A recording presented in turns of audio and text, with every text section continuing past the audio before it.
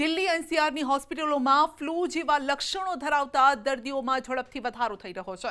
તેને H3N2 influenza એ virus તરીકે ઓળખવામાં આવ્યો છે. આ વાયરસ કોઈને પણ અસર કરી શકે છે. કેટલાક લોકો માટે તે વધુ ઘાતક છે. આ વાયરસ ખૂબ જ ચેપી છે અને ઝડપથી ફેલાય છે. તેથી સાવચેત રહેવું જરૂરી છે. આ વાયરસના કારણે ખૂબ જ તાવ, છાતીમાં જકડાઈ જવું અને સતત ઉધરસ, થાક લાગવા જેવા લક્ષણો જોવા મળે છે અને અઠવાડિયા સુધી તે ટકી પણ રહે છે.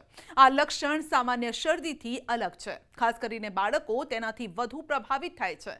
જો કે નિષ્ણાતો કહે છે કે આનાથી ગભરાવાની જરૂર નથી, કારણ કે H3N2 એક જાણીતો ફ્લૂ વાયરસ છે. પરંતુ હા, કેટલીક સાવચેતી રાખવી જરૂરી છે, ખાસ કરીને જો તમે ડાયાબિટીસ અથવા તો હૃદયના દર્દી હોવ તો.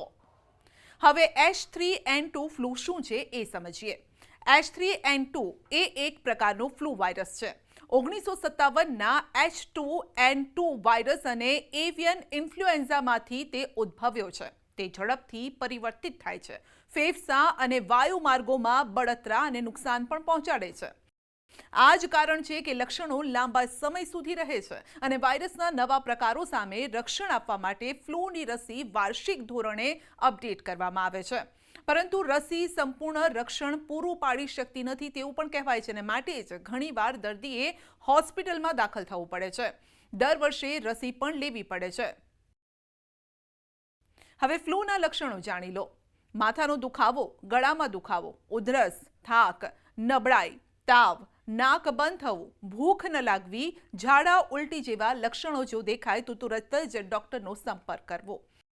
હવે એ પણ સમજી લઈએ કે આ વાયરસથી જોખમ કોને સૌથી વધુ છે.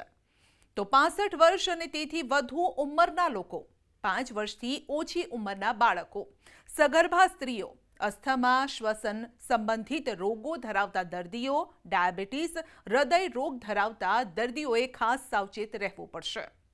H3N2 ચેપમાંથી સાજા થવાનો સમય વ્યક્તિની ઉંમર અને સ્વાસ્થ્ય પર આધાર રાખે છે. પરંતુ લક્ષણો સામાન્ય રીતે લગભગ 5 થી 7 દિવસમાં ઠીક થઈ જાય છે. પરંતુ કેટલાક લોકો 10 દિવસ સુધી પણ સાજા નથી થતા. આ દરમિયાન ઉધરસ, થાક જેવી સમસ્યાઓ પણ ચાલુ રહે છે. દિલ્હી એનસીઆરની હોસ્પિટલોમાં ફ્લૂ જેવા લક્ષણો ધરાવતા દર્દીઓમાં ઝડપથી વધારો થઈ રહ્યો છે. તેને H3N2 ઇન્ફ્લુએન્ઝા એ વાયરસ તરીકે ઓળખવામાં આવ્યો છે. આ વાયરસ કોઈને પણ અસર કરી શકે છે. કેટલાક લોકો માટે તે વધુ ઘાતક છે.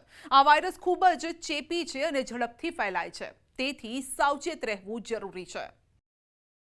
આ વાયરસના કારણે ખૂબ જ તાવ, છાતીમાં જકડાઈ જવું અને સતત ઉધરસ, થાક લાગવા જેવા લક્ષણો જોવા મળે છે અને અઠવાડિયા સુધી તે ટકી પણ રહે છે. આ લક્ષણ સામાન્ય શરદીથી અલગ છે. ખાસ કરીને બાળકો તેનાથી વધુ પ્રભાવિત થાય છે.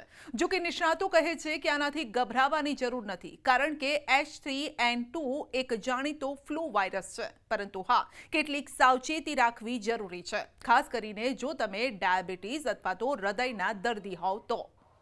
હવે H3N2 ફ્લૂ શું છે એ સમજીએ. H3N2 એ એક પ્રકારનો ફ્લૂ વાયરસ છે. 1957ના H2N2 વાયરસ અને એવિયન ઇન્ફ્લુએન્ઝામાંથી તે ઉદ્ભવ્યો છે. તે ઝડપથી પરિવર્તિત થાય છે, ફેફસા અને વાયુમાર્ગોમાં બળતરા અને નુકસાન પણ પહોંચાડે છે. આ જ કારણ છે કે લક્ષણો લાંબા સમય સુધી રહે છે અને વાયરસના નવા પ્રકારો સામે રક્ષણ આપવા માટે ફ્લૂની રસી વાર્ષિક ધોરણે અપડેટ કરવામાં આવે છે. પરંતુ રસી સંપૂર્ણ રક્ષણ પૂરું પાડી શકતી નથી તેવું પણ કહેવાય છે અને માટે જ ઘણીવાર દર્દીએ હોસ્પિટલમાં દાખલ થવું પડે છે. દર વર્ષે રસી પણ લેવી પડે છે.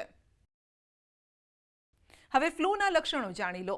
માથાનો દુખાવો, ગળામાં દુખાવો, ઉધરસ, થાક, નબળાઈ, તાવ, નાક બંધ થવું, ભૂખ ન લાગવી, ઝાડા ઉલટી જેવા લક્ષણો જો દેખાય તો તુરંત જ ડોક્ટરનો સંપર્ક કરવો. હવે એ પણ સમજી લઈએ કે આ વાયરસથી જોખમ કોને સૌથી વધુ છે. તો 65 વર્ષ અને તેથી વધુ ઉંમરના લોકો, 5 વર્ષથી ઓછી ઉંમરના બાળકો, સગર્ભા સ્ત્રીઓ, અસ્થમા, શ્વસન સંબંધિત રોગો ધરાવતા દર્દીઓ, ડાયાબિટીસ, હૃદય રોગ ધરાવતા દર્દીઓએ ખાસ સાવચેત રહેવું પડશે. H3N2 ચેપમાંથી સાજા થવાનો સમય વ્યક્તિની ઉંમર અને સ્વાસ્થ્ય પર આધાર રાખે છે. પરંતુ લક્ષણો સામાન્ય રીતે લગભગ 5 થી 7 દિવસમાં ઠીક થઈ જાય છે. પરંતુ કેટલાક લોકો 10 દિવસ સુધી પણ સાજા નથી થતા. આ દરમિયાન ઉધરસ, થાક જેવી સમસ્યાઓ પણ ચાલુ રહે છે.